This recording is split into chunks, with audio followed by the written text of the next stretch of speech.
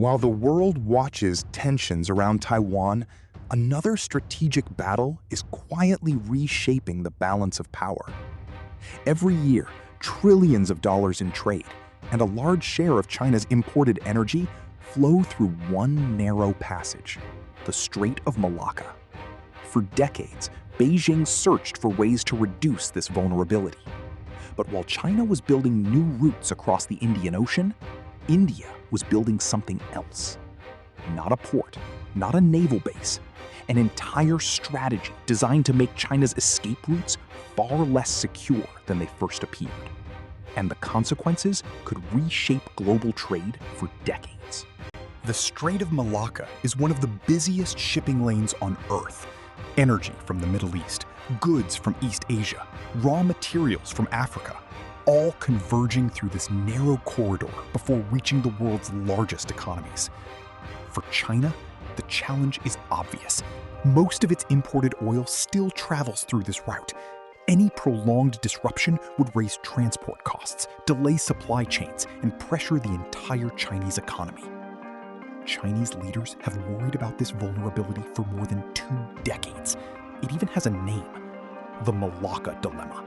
One of Beijing's biggest answers lies in Myanmar. At Kyaukpyu, Chinese state firms agreed to build a deep-water port and industrial zone, once valued above $7 billion, though the project has since been scaled back, delayed, and complicated by armed conflict in the region.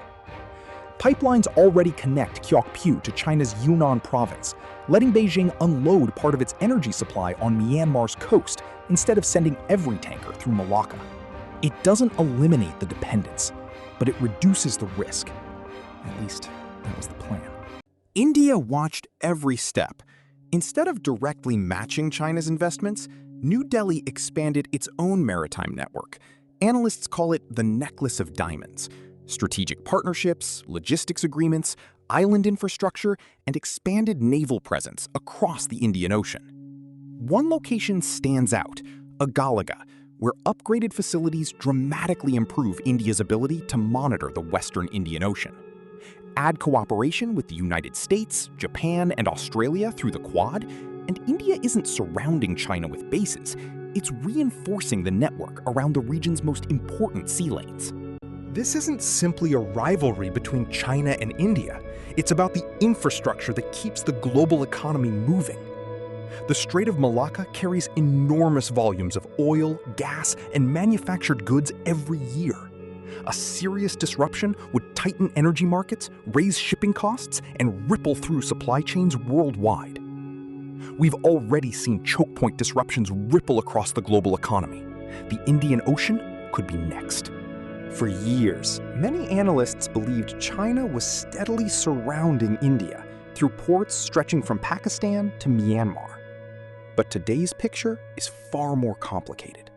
China is still investing, India is still expanding, and both countries increasingly view maritime infrastructure not just as economic assets, but as strategic leverage. The real question is no longer who controls the most ports. It's who can keep global trade moving during the next major geopolitical crisis. Because in the 21st century, the country that protects the sea lanes may ultimately shape the future of the global economy. If you enjoyed this documentary, subscribe to Covert Economics, and tell us in the comments which strategy will matter more over the next decade: China's infrastructure investments or India's geographic advantage. I'll see you in the next documentary.